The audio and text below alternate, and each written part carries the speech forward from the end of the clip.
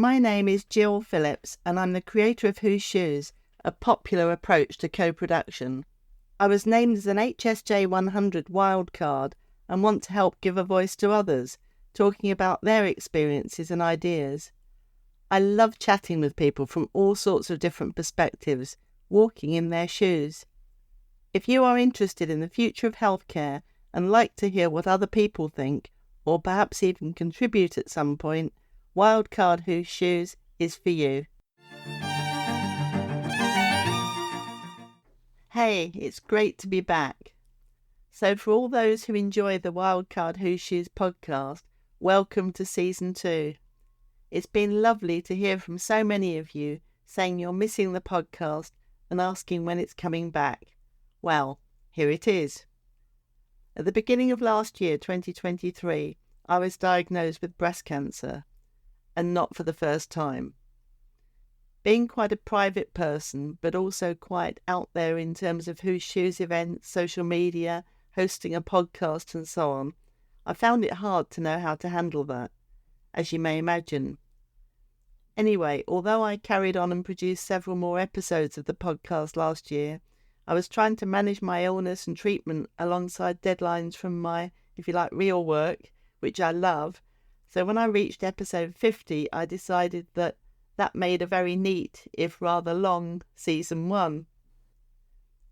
I haven't talked much about cancer on the podcast. Of course, I did have wonderful conversations with people such as Leslie Goodburn and Yvonne Newbold. But I haven't really talked about breast cancer, and certainly not about my experience of it.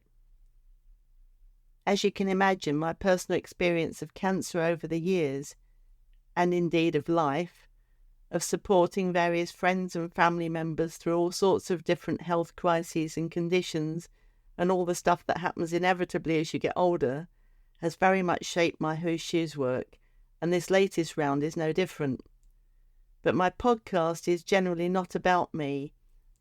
I tend to thread relevant bits of my work and personal story through the conversations as we go. I love hosting the podcast. I've missed it, and I hope you have too. My podcast is about celebrating extraordinary people doing extraordinary work to improve the lives of others, focusing on the human side of health and care rather than just the medical. I like to mix it up rather than have a set plan and just talk to amazing people that I meet and want to showcase along the way. So, to relaunch my podcast, my guest today is perfect. I'm delighted to introduce Sam Jackman, an inspirational woman who's helping so many women who've had a mastectomy due to breast cancer. She's rocking the world of conventional prostheses, breast forms, or whatever you like to call them, through her innovative Boost products. More of that anon. It's an extraordinary story which I will leave Sam to tell for herself, but I can certainly say that she's made an enormous difference to me personally. I've been thrilled to meet Sam and have pledged to do what I can to help her take the world by storm with her imaginative innovation, which is 100% inspired by women, for women. We're publishing the podcast today, the 4th of February 2024, because it's World Cancer Day, and we hope that's going to help make some extra ripples. So, welcome, Sam. I'm delighted to have you on the podcast as my very first guest for Season 2. Can you tell us a little bit about yourself and your extraordinary journey? Hi, Jill. It's amazing to be here. Thank you for having me. So I'm Sam, and my mum was diagnosed with breast cancer. It was around 17 years ago now. And she was given a traditional breast prosthesis that she found was hot and heavy and sweaty and uncomfortable to wear. And she really didn't like it at all. She didn't get on with it. And she struggled on with that prosthesis for quite a long time, but would quite often tell me about the issues that she had with wearing it. And I started to think about that and think, really, that perhaps it was just my mum, that she just had problems wearing it because she felt like it was uncomfortable. And then one day she said to me, well, why does it even have to look like this? I'm fed up with it. It's too heavy. It's too horrible and I just don't want to wear it. It reminds me every day of the breast I've lost and I don't even understand why it has to look like that. And it was that comment rather than all the others that really got to me. And I started thinking about that, and I have a bit of a creative brain anyway. And that's where the idea of Boost came from. So it wasn't really from me, it was from my mum. And then it turned out that there were lots of women out there who were wearing traditional breast prostheses who felt the same way that my mum did. They didn't like how they looked. They didn't like how their breast prosthesis felt when they were wearing it. They felt like it was it is a medical device, but they didn't necessarily need that. What they needed was something that would go under their clothing to give them some shape and some contour, but not necessarily a fleshy thing that was designed to replace the breast they've lost, just something to give them some shape. And so that's kind of where Boost came from. The product that my mum wanted wasn't available. Nobody had made it. It wasn't on the market. And I soon realised that if she wanted that thing, if other women wanted that thing, then perhaps we'd have to make it ourselves. And that's what we did. I love the idea of just having an idea. And I think my theory is that everybody probably at some point in their life has an incredible idea. And it's perhaps mentioned at dinner or, you know, it just fleetingly goes through your head and then it's gone. And probably there's all this potential out there, but to actually take that idea and do something with it, and it must have been really difficult. I mean, I know as a female entrepreneurs, if you like, how hard journeys can be. But hey, I invented a board game. People have done that before. You know, perhaps the actual nature of what I've done has been innovative. I'm sure it has. I hope it has. But to do something so different, my mind goes crazy really with the kind of risks of that, with the design, the testing, production, the manufacture. So how did you do it? Perhaps it would help people listening to know what is it we're talking about. So the Boost breast form is a redesigned and reimagined take on what a breast prosthesis could be. So it is open structured. It is bright and colourful. It doesn't come in skin colours. It comes in feel-good colours that help you to match your breast form to your style and to your underwear, not necessarily your skin colour, because we're not replacing the breast you've lost. What we're doing is giving you a shaper product to help you feel more comfortable and confident under your clothing. So it is an open structured product, which means it's got holes in, essentially. It's got a pattern that has gaps within it. And that pattern and those gaps not only make it look really pretty, but they give it some functionality. So they take some of the weight off. They make it squidge in nice, soft, squidgy ways. They help us to give it a bit of weighting at the bottom. So you get a bit of a natural wobble when you're moving, and it moves with your body. But it also means that it solves some of those big problems that it was hot, heavy, sweaty, uncomfortable to wear. Because you have air circulating through it, it's a lot cooler, it is a lot lighter, and it's not replacing the boob you lost because it doesn't look like a boob. It's not a fleshy thing that goes in your bra. It's something quite radically different. But yeah, because it was so different, it was really difficult to find the funding and the support to move that forward. I mean, in the early stages, I can remember going into investment meetings where you walked into a room of maybe like 12 men in grey suits around the table, and we didn't even have a prototype. We had maybe a couple of drawings, but we didn't have anything to show them. Yes. And what we were saying is, we're going to make this breast form, and they were saying things like, well, where's the nipple? And it doesn't look like a breast. Why don't you make it in fleshy coloured? And then you'll say to people, well, what is skin colour? And then they go, oh yeah, everyone's skin colour's different. And you go, yes, exactly. So why do we keep doing this? Why do we keep trying to replicate the same design concepts? We don't need to. We need something radically different. And I think that it was really disheartening at the beginning because they just didn't get it. Like, there's no nipple, it doesn't look like a boob, and it was really, really hard. So I just worked my ass off. If I'm allowed to say that. You are. I just worked really hard. Oh, thank you. I just worked really hard. I took on extra contracts and extra work to kind of make it happen, because we wanted to get patterns. We knew it was going to be, the more people were saying, oh no, nobody will want that, the more we were going, yeah, but they do. These women that we worked with 160 women in Devon and Cornwall on a co-design process, on feedback, on testing, on, what do you want this product to be? And they were all like saying very similar things. And we developed the product with and for women who've had breast cancer. And we knew that that's what they wanted, despite what all the finance people said, oh, nobody will buy it. We were like, yeah, they will, because they co-designed it with us. Yes. And it was just having that knowledge, but also having my mum there. Like my mum, at points, where you feel like you want to give up, I couldn't give up, because I see my mum every day. She was helping me out with the childcare and doing a lot of stuff for me to support me when I was at work. So actually seeing my mum every day, my mum's going, how are you getting on with this? You need to make this happen, because nobody's going to do it if you're not doing it. And I think that meant that I never had the option to quit. I never had the option to drop it, because every day my mum was going, come on, get on with it. We're all waiting for this thing to happen.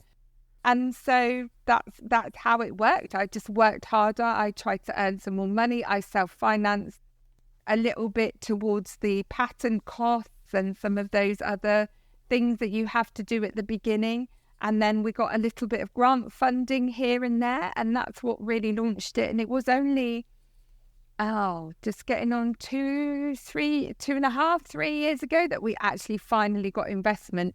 And we've been going for 5.5 years now. So it was a couple of years in before anybody really realised that they believed in it enough to give us a little bit of money to try and make it bigger. Wow, it's just such an amazing story, Sam. I love it in so many ways. I love you can just picture it, the men in suits not getting it, and the assumptions that are made about what it should be, and won't get into all the things that might lie behind that, but not necessarily thinking like a woman who's actually got to wear it and get on with her life and feel good and not have the heaviness and the sweatiness and all the things I can relate to. The innovation and how hard it is in terms of, I've got a cartoon that I use quite a lot, that this is a great idea, but I'm sorry, we can't do it because it hasn't been done before, and that kind of like loop that you go around. I love the it hasn't got a nipple. And if I could just mention, I think M&S have been brilliant in terms of having a fitting service for bras generally, but a focus on surgical, post-surgery bras and products that help women, to actually get a properly fitted bra and a sympathetic fitting and so on. So in the early days, and obviously post-surgery, you've got to be careful what you use and, against your skin and so on. And I got one of their softies and it was really good, apart from this giant nipple. That I've got one. I've got one right here in my hand still. I've actually got, can you see that on the camera? Yes, I can. Yeah. So I keep these actually in the office to just explain to people, because you're right. It's just it is a bit large. It's large, and there'd be assumption then that you kind of want your nipples showing and that it would match the other one that you've got, and you end up with one, the one on the prosthesis, if you're swimming or something. So it's just amazing that, and I think anything that you say, like who would buy it? Well, actually the people who helped design it, and that sort of runs through my work really, that if you work with the people, you won't go far wrong, because people with lived experience of whatever it is will know what works for them and what doesn't, rather than just sitting around a table and designing something in a kind of ivory tower kind of way. Oh, I love it. Or from a man's perspective kind of way. So we traced back, as part of our research, we looked at the history of the breast prosthesis, and quite a lot of design assumptions were kind of made in the 1960s, when life was very different. Women's lifestyles were very different. And what a prosthesis was and how it started is very similar to a lot of products, how they still are today. And I think what we were thinking of is like, really, why hasn't this been looked at when women's lifestyles and needs are so much different, when we are used to seeing things in society like external limb prostheses? Like if you have a lower leg removed, you don't necessarily get given a beige, fleshy leg. Yes. Because if you are a runner, then you might get a running blade. You wear the right leg for the job, whether it looks like a leg or not, because society has moved on. We're accepting that people have had health conditions, that people's bodies are different, and we embrace that. But why with the breasts was it so different and so hard to do the same design principles? You know, why was it so hard? Why was it so taboo? And basically, it's just because it's a breast. Like, we're just weird about them.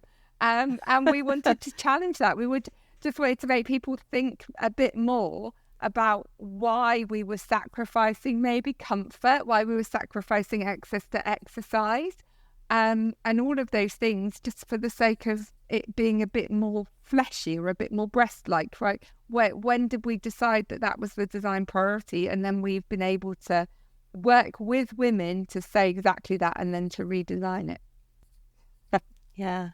And I think the convenience as well, you know, without going into too much of the kind of mechanics, you know, the fact that a conventional prosthesis, you've, as far as I know, definitely got to wear a kind of pocketed bra. It's a special bra, and you've got the faff of putting it in and out and in the right position. And I find that the Boost is just so easy to just pop into, you know, an ordinary bra, unless I'm doing extreme, I don't know what I might be doing extreme. What might I be doing extreme? Mountain climbing or jogging, stuff I don't really do. But perhaps Pilates climbing or something, I might, you know, that's right, yeah. Take a bit more care and so on. Like just day to day, it's just so easy. Another thing I like is it doesn't look like a breast. It seems to me that that's been a wonderful example of something that's equally a barrier. It doesn't look like a breast. We're not going to fund this. We know you're obviously completely on the wrong track for the beginning of your journey. And the fact that that was actually the breakthrough, that, you know, everybody else is looking to replicate the natural breast in the most convincing way possible. And you just jumped outside and did something so different. And that was your actual breakthrough for the innovation. Yeah, I mean, because that in turn made the way that we were able to deal with the functionality issues, it just opened up loads of different design options. Because if you're thinking, well, it doesn't have to be a breast. Like the running blade doesn't have to be a leg. It just has to function to support your body to do a certain thing.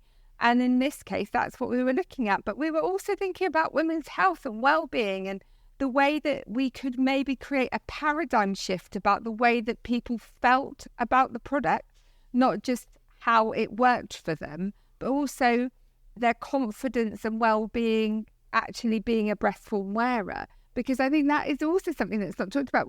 We talk a lot about practicalities of things sometimes, but not actually about feelings. How do people actually feel about it?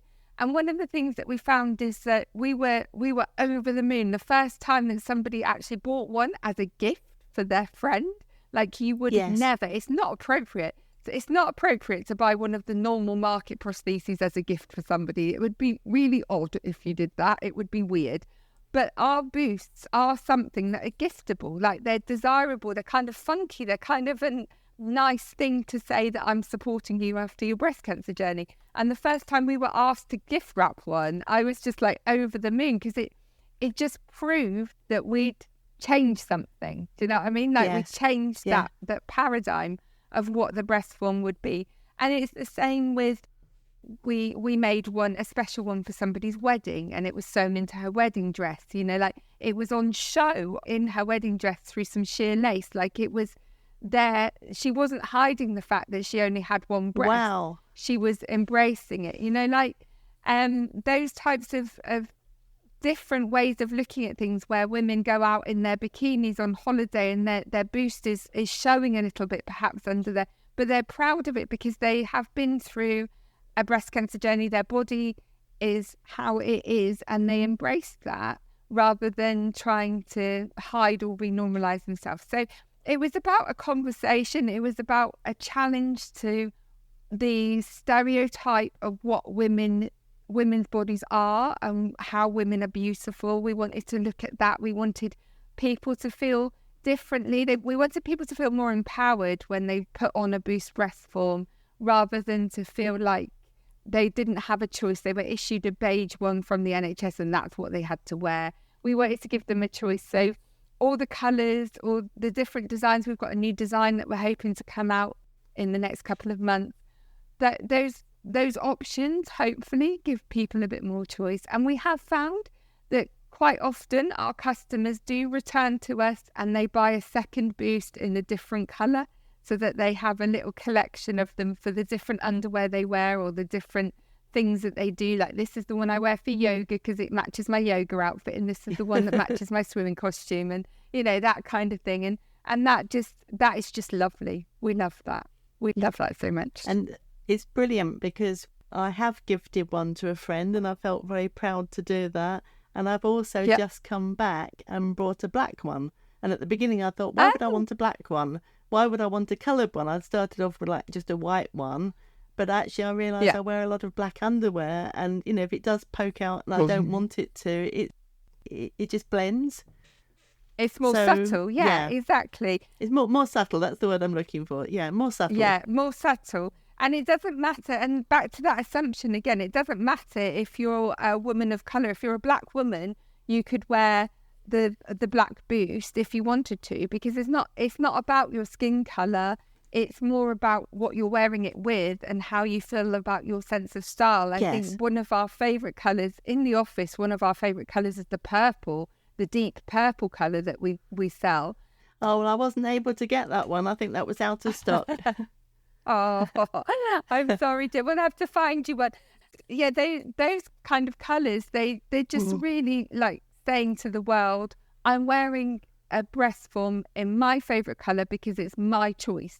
That's the choice I'm making. I've chosen this colour because I like this colour. And I think that there's something really empowering about that, rather than society tells me I should have two breasts, so I'm having to wear this gel prosthesis,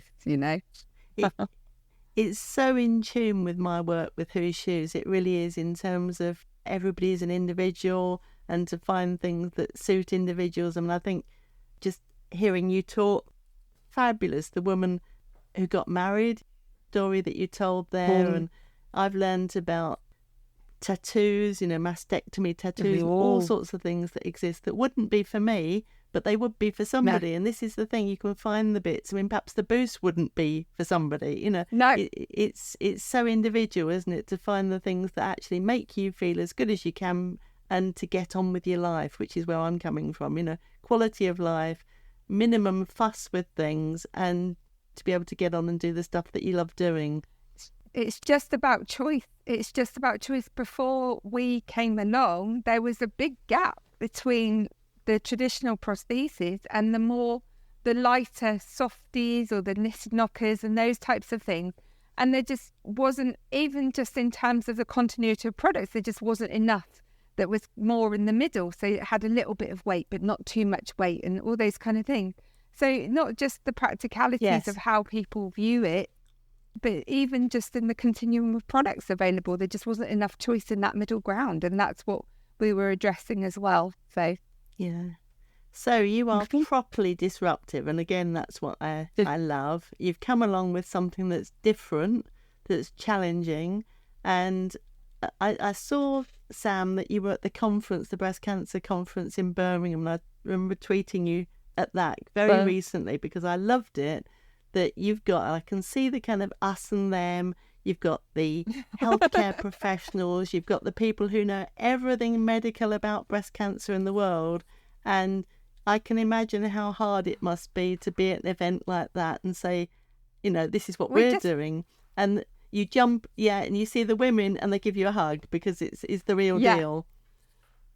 Yeah, we don't speak the language. We haven't come at this from a medical perspective. We've come at it from a grassroots perspective, from the perspective of the women who are wearing the product.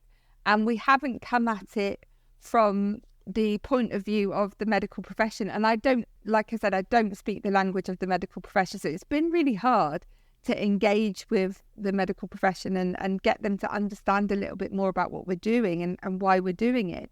So to go to the conference to present some of our research there was really such an amazing thing to happen. But I did spend the first day feeling really sad. I thought, I've talked to all these people and nobody's heard of us. And we've been going for over 5 years now. Nobody knows we exist. And then the patient advocate group came into the hall, and then they came over, Boosters here, give me a big hug, And that's the kind of response that we had from that grassroots level. The women knew we existed. The clinicians might not, but they do now. So, we're getting there. We're getting that kind of rollout. So it was such an amazing feeling to understand that although I'd been so disappointed that clinicians and NHS leaders and people I was meeting, they hadn't really heard of us before. But when those patient advocate group, they came into the hall and to say, oh, look, Boosters here. This is the company I was telling you about, And this woman came and gave me a great big hug and said, it's so great to see you here and it's amazing. She said, how's your mum? And I was like, my mum's fine. I don't know you. Who are you? And she said, no, it's fine. I'm a customer and I know all about you. And it was just really affirming to look, because the people who needed to know about us, the people that we really want to engage with, they knew who we were. And now what we are doing is trying to work more closely with the NHS. We are trying to find ways to show or to develop our innovative approach and align that more closely with the healthcare systems that are in place, because it is really hard. It's really hard, I think, for healthcare systems to be innovative or to accept innovations and embed innovations, because almost by the time they get to it, it's kind of not innovative anymore. When you think about our product, we've been selling them for a couple of years now, and people have been buying them and they've enjoyed wearing them, and we know that they work for a lot of people. That means that there's still a gap there, because it's still been so hard to get into the medical settings to spread that message a bit wider. So that is our mission, and for this year that has been what we've been doing. We've been looking at ways that we can get to engage more with women at an earlier stage in their breast cancer journey, so that they know, not to really push the product on them, but just so they know that there is another option if their traditional NHS prosthesis doesn't work for them. So yeah, that's our 2024 mission. Well, hopefully this podcast will help with that, because I'm quite good at rocking boats and getting stuff out there and lived experience. And this is basically what I do and the reason I'm doing the podcast. And it's interesting because I went along and I was offered an NHS prosthesis, and it was a good experience. It was much, much better than I was expecting. And it was a quality, top of the range. You can choose and like proper fitting. And, perhaps for Sunday best, it's a very important thing to have. But as soon as I heard about Boost, it was completely different. It was something that has really worked for me on a day-to-day basis. As I've said, without the fuss, without the sweatiness, the heaviness, and all the things that you've mentioned. So my mission would be, I've been lucky. I see myself as fortunate. I've got both. I've been able to come to you and buy the prosthesis and come back for a different colour. So I feel very well served. And when I went to a wedding in Italy in the summer, I unusually wore my Sunday best one, But how would it be, for example, if somebody at the beginning of their journey, so they need information about what's around. So that's a challenge to the NHS. Do they include something like your product in that information or not? Do they include it verbally? Does it depend on who you meet? Do they include it in their booklets? Oh my God, we've got to rewrite our booklets. Do they include it on a website? Do they not mention it? Does it have to be very, very research-based? And then how much research and, what type of perhaps medical research or things that tick their boxes do you need to do to get into that process? So that's the kind of thing that fascinates me from a Who Shoes point of view, because I see something that's like, at the very least, people should know about it. And how are they going to get to know about it? If they meet a breast care nurse, then that's something that could be mentioned, should be mentioned. It's a really interesting how an innovation actually gets into the mainstream, at least in terms of being told about it. And perhaps if you can't afford both, to be able to possibly be offered it instead of your NHS, traditional prosthesis. If it would be something that, if I had to choose, I would choose Boost. Oh, that's really nice of you, Jill. And actually, that is something that we are looking at. We are seeking to engage with NHS procurement. It is a really difficult thing for a very small business to engage with NHS procurement, as you know.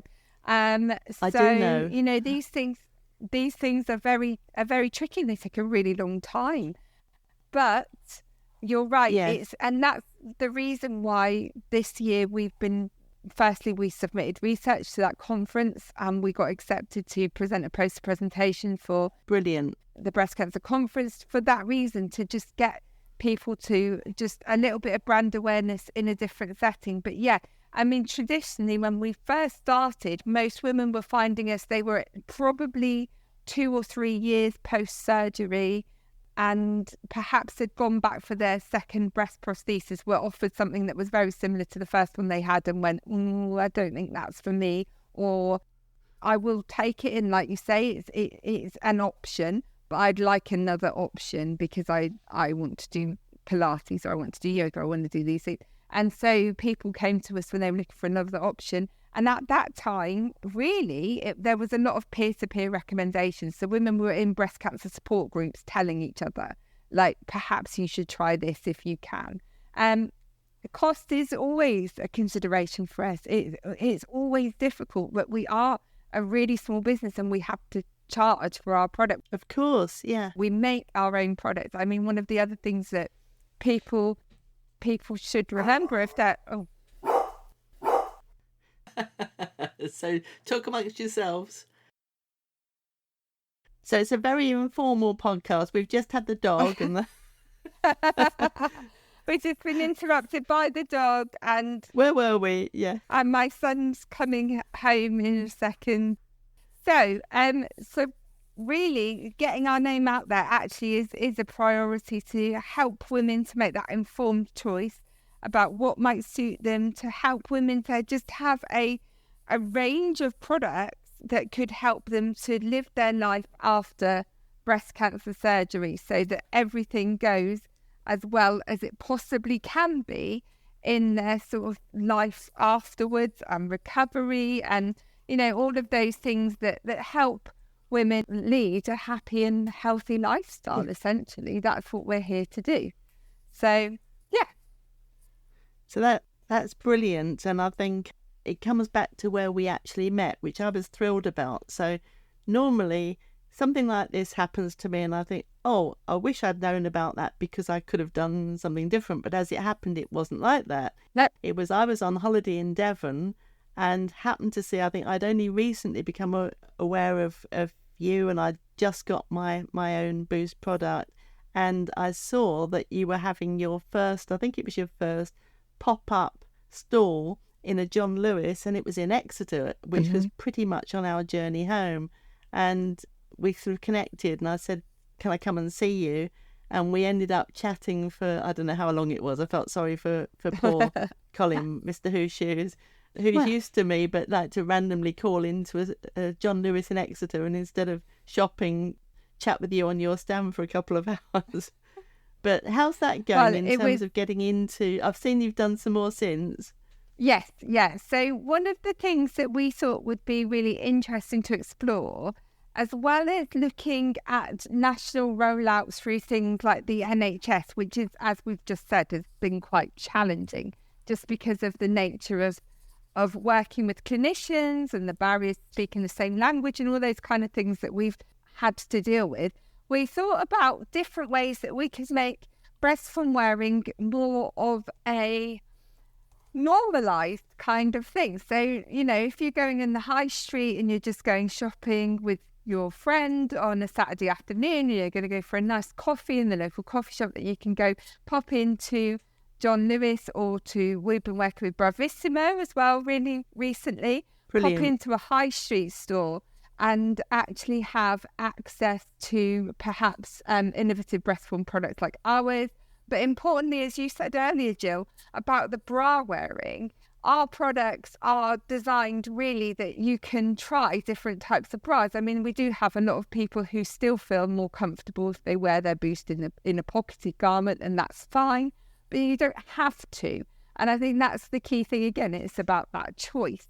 So what we've done by working with people like Bravissimo and John Lewis is try and explore the ways that we can bring our products, which might be initially might be viewed as niche or kind of, medical, but bring those to the high street so people who just normally bra shopping don't have other barriers to bra shopping. So if you're a breast form wearer, we can try and remove some of those barriers, make you feel included, make shopping in the high street more accessible to you.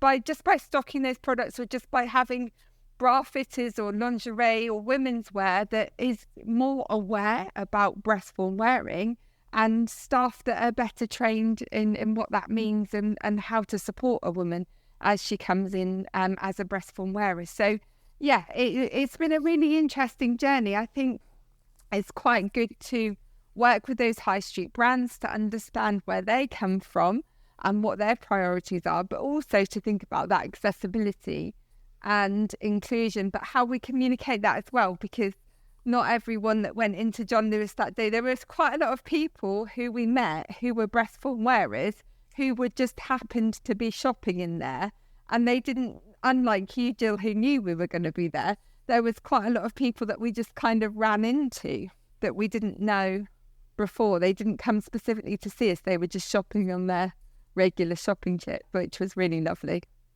And I witnessed that because while we were standing chatting for all that time, obviously people were coming up and looking, and we were breaking up our conversation and you were showing people, and I could see that happening live, and I could see how exciting that was for you in terms of getting the product known, and for the shoppers, like, oh my goodness, what's this? So I think that's really clever and really important what you're doing there. And the other one that jumped out at me was your slot on Woman's Hour. Wow, well done you. Yeah. And Deborah Meaden.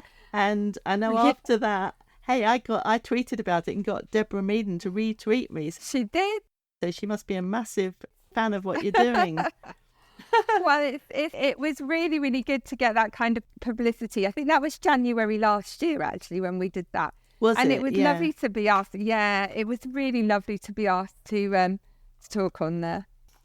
So, yeah, I think to get those opportunities, I mean, they're big names, aren't they? John Lewis, Bravissimo, Woman's Hour. Yes. These are the kind of slots that are really going to help. And then the more traditional, the conferences and so on. And I mean, just as a little throwaway, really, I think you'd be proud of me because we were talking about peer support. Mm. And I've got a fantastic peer support group, and we're getting to know each other. And someone was saying that they were interested in Boost and didn't really know what they were like, and they hadn't got long, and they were going to go off on their holiday. So I managed to pop mine out and pass it round. And well done. But it is to do with... But it is to do, and it was so easy, and it is to do with stigma, isn't it? And I am not at the kind of forefront of bravery, I'm quite a private person, but when you get with people that you trust and you think, well, actually, is this going to help them or not? Why am I doing that? Because it's a group of people around that I trust, and it would be quite helpful, Yeah, that's brilliant. So I think all of these things are helping break down barriers, aren't they? I agree. And the more we can talk openly about experiences of breast cancer and body difference, the more other women might be more inclined to look at their own bodies, to do some self-exams, to do some checks, to understand the signs and symptoms better. The more open we can be about these things, the more it encourages people to think about all of that goes along with it. And that means that potentially instances of breast cancer might be found a bit earlier, and possibly surgery will be minimised. I just can't believe the amount of interruptions we have today. That's the doorbell. He's a big pup. There we are. You have him in there. You watch him because he's chewing things. Right there. Puppy is gone. He is. We call him in the office, Jill, the puppy. We call him our emotional support puppy because he's so lovely. He's really, really kind. He wants to sit on your lap and he's very playful. But he also is very good at interrupting video calls and podcast recordings. It's his superpower. He's been sat quiet all afternoon, and then as soon as you start doing something that's recorded, that's it. He goes nuts.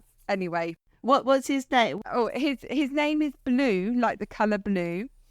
We didn't name him. He came with that name, but he already had that. So, but he's a Labrador crossbreed, so he's quite big, and he's one, so he's a bit playful. He's good as gold, and then as soon as you start to do something that's recorded, it just chaos.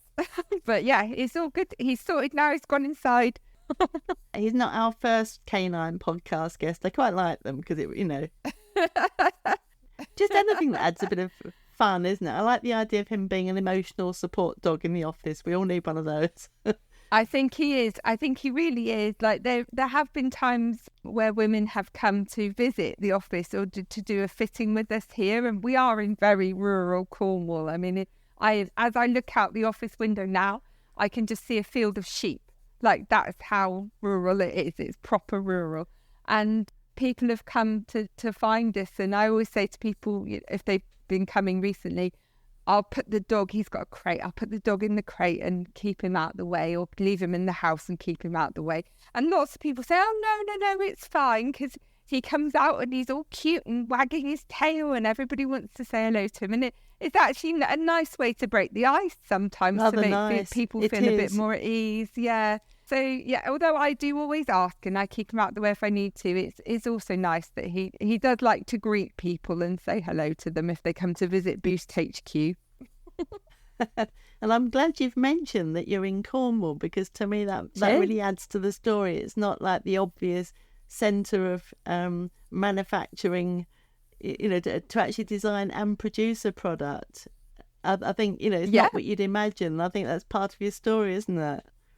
Well, I love Cornwall. I mean, I can't say anything. I know lots of people. Yeah, I was going to say lots of people love Cornwall, but I love Cornwall, and I was born and raised in the same village that I am in now. So I have started the business here in the village that I was born in, and we employ local people. We've got 3 staff and me, so there's 4 of us. And we work here, and I wanted that to be the case. I wanted to grow Boost. I think Boost has the potential for doing enormous things. There are so many women around the world that might benefit from our products. Amazing. But at the same time, I think that it's really nice for us to have that base here, and we are quite dedicated to that. We are looking for a bigger premises at the moment, but we think we might have found one in a town not very far away. So again, we're very committed to being here, and to do our product manufacturing here is really exciting as well. It gives us the opportunity to really control how we do it. So we don't believe really in mass producing. We believe in batch production, which is a kind of a different approach. So we'll always produce the breast forms that we need to sell. But when you mass produce, you kind of overproduce. You use a lot of energy, a lot of electricity, a lot of resources, a lot of water to just make as many as you can. And then you might be making too many. And the worst thing for us is we really don't want any of the Boost products to end up in landfill. That's our challenge, to try and stop that happening as best we can. So that means that we don't want to overproduce them. We batch produce them, so we make what we need to fulfill the orders that we have, which is a really good way of keeping energy costs down, because it means that we're not running machinery when we don't need to. It means that we are saving on storage space, because we're not holding like loads and loads of stock that we don't need to hold. And importantly, it means that we're not overproducing products that don't have a home to go to. There's not a risk that they'll get thrown away somewhere. So those things mean quite a lot to us, which is why we've kept control of the manufacturing process rather than handing it somewhere else. But that in itself has been a challenge. And we've been told so many times by investors, oh, you can't do that because it's difficult to scale. And it isn't. We really believe that that's a really good model for going forward, because we have something that's called a production pod. And it's just like a little workspace, really. And it's a self-contained little space that's got everything you need to make a boost breast form in. And then we run the production pods, and Chris, our engineer, goes in at the moment and he'll make the batches of breast forms that we need to fulfill the orders and to keep the website stocked up. And that production pod, if we had 4 of them, then we would be able to make 4 times more breast forms. But we still don't need to mass produce. What we can do is just replicate the production pod system. Right. And then we're still only using the resources that we need at the time to fulfill the orders that we need. We can manage our waste. We save all our production waste so that we can rechip it and recycle it as much as we can. And we can try really hard to make our breast forms as eco-conscious as possible. And we know that with the silicone gel breast forms, that's actually quite tricky to make them as eco-conscious because of the way they are, the complexity of the plastic on the outside and the gel on the inside. If they split, as anybody who's had one that splits knows, you can't really do a lot with it. You just have to throw it away. There's nothing you can really do to save it. Whereas with our products, they're quite robust. They should last for 5+ years anyway. But then if they're not needed anymore, or they do have any issues over time, then we can take them back and we can re-chip them and reuse them. Or if they're still good quality, then we donate them to charities. At the moment, we've been working with a charity in Nigeria, in Africa, to donate breast forms to them. So, it's all part of that process, not letting things end up in landfill, not mass producing, but producing what people want and what they need so that we can meet their needs. So I think my listeners will understand why I've invited you onto the podcast, Sam, because just everything about the story, I just love it. And I love meeting interesting people doing interesting things. And I haven't had, as I've said at the beginning, a particular focus on cancer in the podcast. But through my own journey, I'm meeting such interesting people. And one of the other people who I won't name, but I'd love to have on the podcast at some point, is through my peer support group. And we've talked about how important peer support group is. I've met a wonderful Indian woman who's telling me about stigma in her own community and how just being able to talk about breast cancer, which we all find difficult, but in her community all the more so. And when we meet as a group, she comes along with her breast cancer awareness T-shirt, and she's herself got a sort of podcast, but she's putting it out on Indian TV and reaching people who, and sometimes in quite a basic way, in terms of, well, what is breast cancer and how can you be screened and how can you be checked? I think to find something that's suitable for the audience that you've got and the awareness that you're trying to raise, there are some incredible people out there, as well as the more well-known people, if you like, and they're the kind of people that I like to feature on the podcast. So I guess, is there anything else that, I know we've touched on all sorts of different aspects of the story, things that I knew, things that I didn't. What else do we need to know about Boost? Yeah. I think I'd just like the opportunity to thank your listeners for listening, really, and for listening to the story, but also for women who've had breast cancer to try and spread the word, whether you've had breast cancer or not, and whether you're just listening to this, because 1 in 7 women will end up with a diagnosis of breast cancer in their lifetime, and 23,000 mastectomies are performed in the UK every year, and it affects a lot of people. And actually just having a bit more awareness, talking to people about breast cancer, the signs and symptoms of breast cancer, the opportunities to live your life after your breast cancer diagnosis, all of those things, I think, is just that visibility, that whole visibility around the topic is just really super important. So if there's one thing that listeners listening to this can just sort of go away and do, is just have conversations with people. So I listened to this strange woman on a podcast, and she was interrupted by her dog on a road. These strange women. Strange women, yeah. Strange women talking about this product. And And the other thing I would urge your listeners to do is it's really hard to describe in the audio version what a boost breast form looks like and why it's different. So if you are listening to this, please Google it, because you will see what it looks like and you'll see why it's so incredibly different that that the men in suits couldn't cope with it, and we nearly made their heads explode. So, you know, if you can go and find a visual picture of it, look on our Instagram pages at We Wear Boost, or follow us on Facebook at We Wear Boost, and just take a look and see what we do, because explaining it is not as good as seeing it on a woman and seeing the poses of some of our models and seeing the customer photos that we get sent in. That is what makes everything worthwhile. So if you can, please go and look at that. And that's so funny, Sam, in terms of my journey. I mean, to describe to people what is whose shoes is hard enough. Yeah. You know, it's a board game and it looks at things from different perspectives. But hey, come along and experience it. But with what you're doing, it's the same in spades, if you like. So I will include in the notes for the podcast some links to Boost, and people will be able to very easily click on something and look up and see what you're doing. So huge thanks, Sam. It's been such a pleasure talking to you, and I wish you so much success and, you know, just making a difference with your journey. It's amazing.